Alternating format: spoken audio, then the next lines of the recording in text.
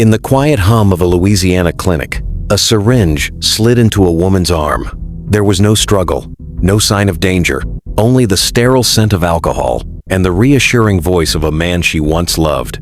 He told her it was nothing more than vitamins. Yet inside that needle, something far deadlier was waiting. Something that could not be seen, could not be smelled, but would rewrite the very blood that kept her alive. The year was 1994. Outside, Lafayette moved at its usual pace traffic lights, blinking in the Louisiana heat, the low murmur of conversation spilling from cafe doorways, and the warm wind carrying the scent of magnolia. Inside this medical office, time felt slower. The walls, painted in muted beige, were adorned with framed degrees and awards, each one a testament to the man in the white coat, Dr. Richard J. Evan Schmidt, a respected physician with decades of trust stitched into his reputation. On the examination table sat Janice Trahan, nurse, dedicated, known among her peers for her discipline and warmth. There had been a time when she and Schmidt were more than colleagues. That chapter had ended, but in a small community like Lafayette, paths often crossed and professional courtesies were maintained, at least on the surface. She watched as he prepared the syringe, the thin shaft glinting under the fluorescent lights. The conversation was light, almost casual. He asked about her work schedule, about her energy levels. Then came the offer a shot of vitamin BER to keep her going during her long shifts. Janice, used to medical routines, thought little of it. She'd given injections hundreds of times herself. Still, there was a flicker of hesitation she couldn't name. The sound of the plunger drawing in liquid seemed louder than usual. The vial was turned just out of her view. A small thing. An easy thing to ignore. The needle went in cleanly, the sting barely noticeable. Schmidt pressed the plunger slowly, speaking in that calm, measured tone that always seemed to carry authority. When it was done, he dropped the syringe into the sharps container, as routine as any other day. But as she left his office, Janice couldn't shake an odd feeling. Not pain, not fear, but an inexplicable unease. It clung to her like the faint smell of antiseptic on her sleeve. She didn't know then that her life had just split in two, the before and the after. For now, she returned to her work, her patients, and the quiet rhythms of her life. The true nature of that injection lay hidden, biding its time in her bloodstream, waiting to announce itself in a way no one could ignore. At first, it was easy to dismiss. A restless night here, an afternoon headache there. The kind of fatigue nurses often carry like a badge of honor earned through double shifts, skipped meals, and the relentless demands of caring for others. But over the next few weeks, Janice Trahan began to notice changes that could no longer be explained away. Her body felt different. She woke each morning feeling as though she had already worked a full day. Her appetite faded, yet her weight seemed to drop without effort. There was an ache in her bones that rest couldn't erase. She kept working, masking her unease behind her usual smile. As a nurse, she knew the human body had its rhythms, its seasons of strength and weakness. But she also knew the warning signs, and something inside her whispered that these were not the ordinary strains of a demanding profession. Still, she said nothing. Not yet. The first real alarm came one evening as she walked from her car to her front door. Her legs, which had carried her briskly through hospital corridors for years, suddenly felt as if they were wading through water. She reached the steps, gripping the railing, heart pounding faster than the short walk could justify. It was in that moment that her professional instincts overpowered her silence. She ordered blood work. The results came quickly, but nothing could have prepared her for the words on the report or the quiet, measured tone of the physician who delivered them. HIV positive. The letters seemed to stand apart from the rest of the page, sharp and cold. She stared at them as if they were in another language. The doctor began explaining follow-up tests, possible treatment plans, and counseling options, but the words blurred into static. In her mind, the question formed instantly, urgently. How? As a healthcare worker, Janice had always been cautious. Gloves, masks, and safe practices were as natural to her as breathing. Her personal life carried no high-risk behaviors, no moments of reckless intimacy. She replayed the past year in her mind, every patient, every interaction, every needle. None of it made sense. That night, she sat alone in her small living room, the TV flickering soundlessly in the background. The ticking clock seemed louder than usual. Her thoughts circled one man, Richard J. Schmidt. She didn't want to believe it. It was unthinkable that someone with his oath, his reputation, could do such a thing. But the memory of that day in his office began to sharpen in her mind. The syringe turned slightly out of her sight.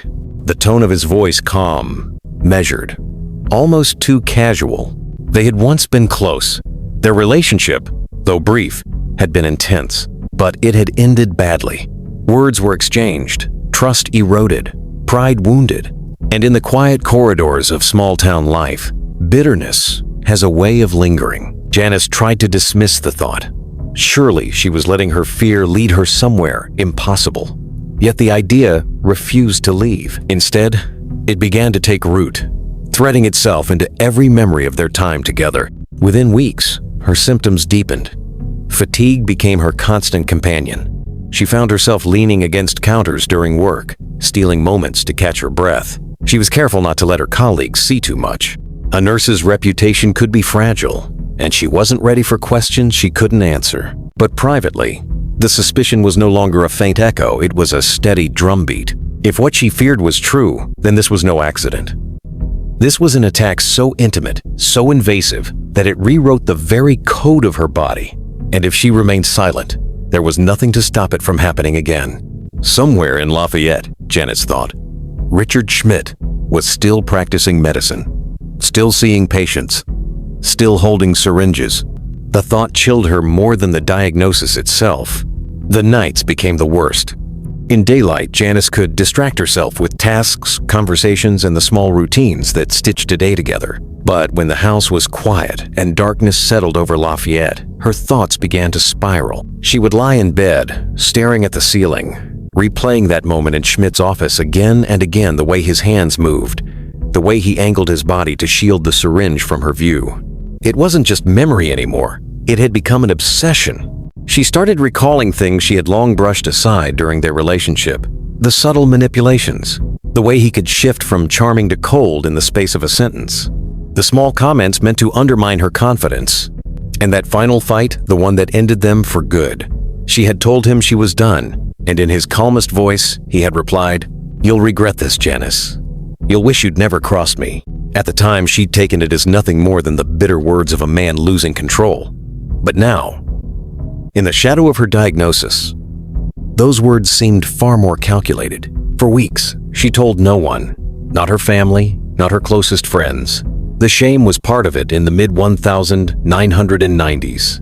HIV carried not only fear but a heavy social stigma. People whispered, speculated, assumed the worst. She didn't want to become the subject of those whispers. But silence became a burden. And in late autumn, she finally confided in a fellow nurse she trusted implicitly. They sat in the break room after a long shift, the hum of the vending machine filling the pauses between her words. When she was done, her friend leaned back, eyes wide. "Janice, if you believe he did this, you can't just keep it to yourself." That sentence became the turning point. She contacted a lawyer, not to sue, not yet, but to ask what, if anything, could be done. The lawyer listened carefully, then told her something she had not expected. If her suspicions were true, this could be a criminal case, attempted murder. The words felt heavy in the air. Attempted murder. It was one thing to suspect personal betrayal. It was another to frame it as a calculated act meant to end her life. The lawyer encouraged her to speak to law enforcement. She hesitated. How would it sound? "My ex-boyfriend, a respected doctor, gave me an injection of HIV-positive blood because he was angry we broke up." Without proof, it sounded like the plot of a medical thriller, not a police report. Still, she made the call.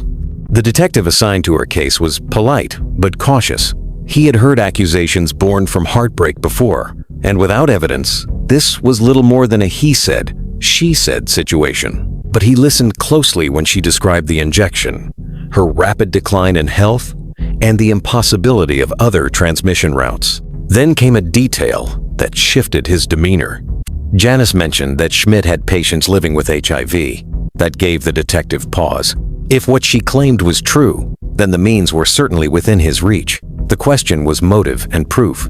Over the next weeks, the detective began to quietly gather information. He learned of their past relationship. He learned of their bitter breakup.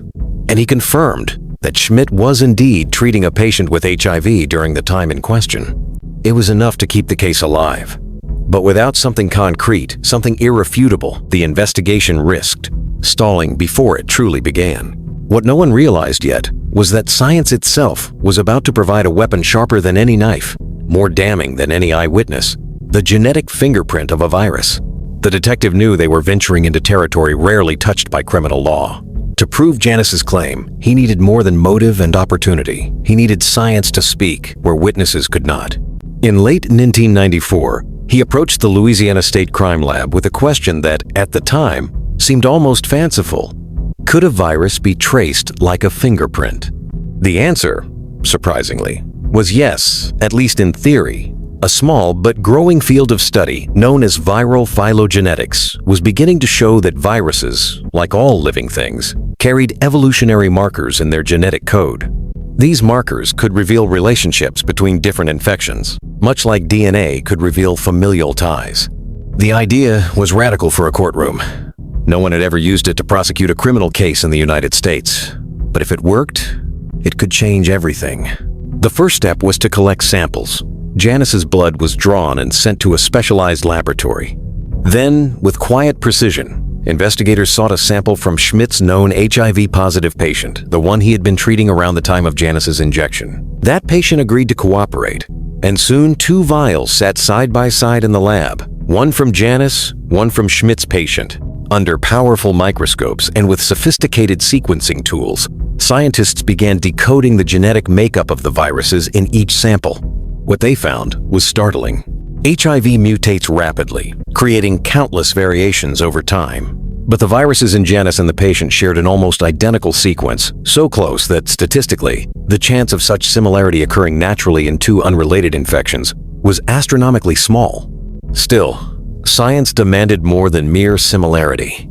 The team went deeper, constructing phylogenetic trees, branching diagrams that mapped the evolutionary history of each virus. The branches from Janice's infection and the patient's infection grew from the same point, as if the 2 viruses were siblings born from the same source. For the lead scientist, it was as close to a smoking gun as the microscopic world could offer. While the lab worked, the detective continued building the human side of the case. He interviewed former colleagues, neighbors, and mutual acquaintances of Janice and Schmidt. He heard about their once passionate relationship, its abrupt collapse, and Schmidt's lingering bitterness. One nurse recalled hearing him speak of Janice in a tone colder than the stainless steel trays in the exam room. The detective also learned something else. Schmidt had a reputation for subtle intimidation. Never overt threats, but comments designed to unsettle. A small smile when delivering a cutting remark. The kind of man, one colleague said, who wouldn't hit you, but would watch you fall if he could make it happen. By early 1996, the case was quietly gathering momentum. The viral sequencing results were damning, but untested in the legal arena. The district attorney's office knew they would face fierce resistance if they tried to introduce such evidence at trial. And then came the question no one wanted to voice too loudly. If Schmidt had done this to Janice, could he have done it to someone else? The investigation began to comb through his patient records, looking for patterns, for unexplained illnesses among those he treated.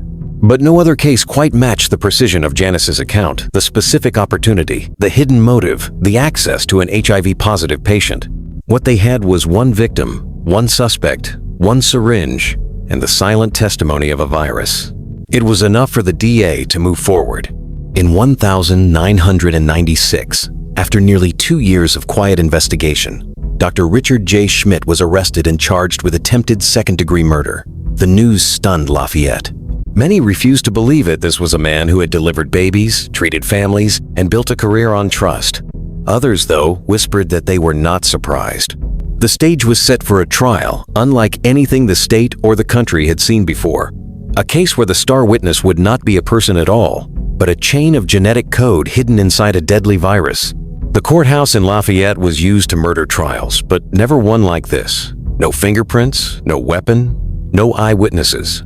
Just the invisible presence of a virus and the chilling allegation that a respected physician had weaponized it.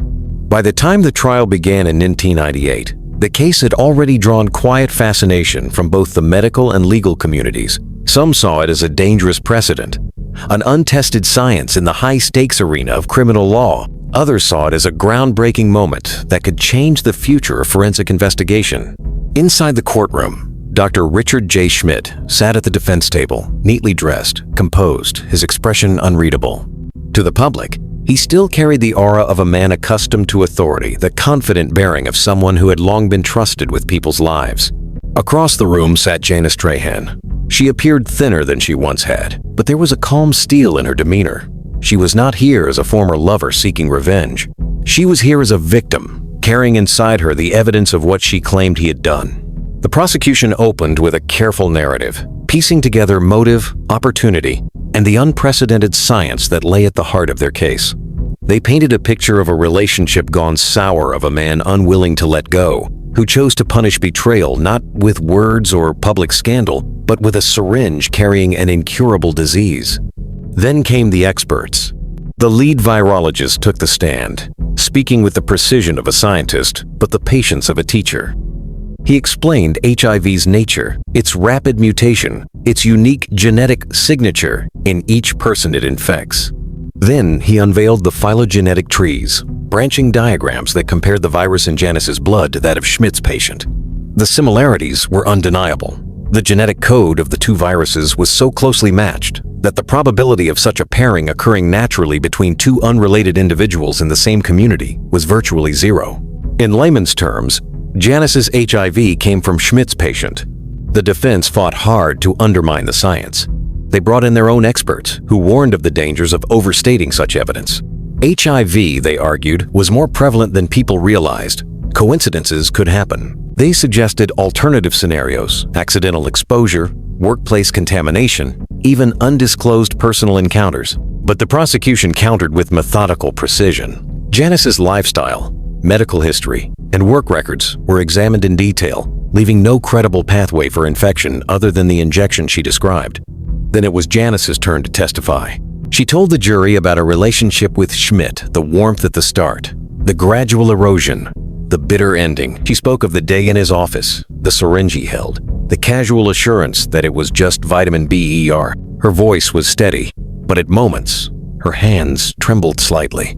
The courtroom was silent as she described the moment she learned she was HIV positive and the cold realization that the man she once loved may have been the one who had put it there. By the time the closing arguments came, the case had become as much about trust and betrayal as it was about science. The prosecution told the jury that Schmidt had violated the deepest professional and human trust, using his position as a physician not to heal, but to harm. The defense warned against convicting a man on what they called experimental science. The jury deliberated for hours, sifting through the unprecedented evidence, the technical jargon, the raw emotion. When they returned, the verdict was read in a quiet courtroom: guilty of attempted second-degree murder. Schmidt was sentenced to 50 years in prison. The ruling sent ripples through the medical and legal worlds.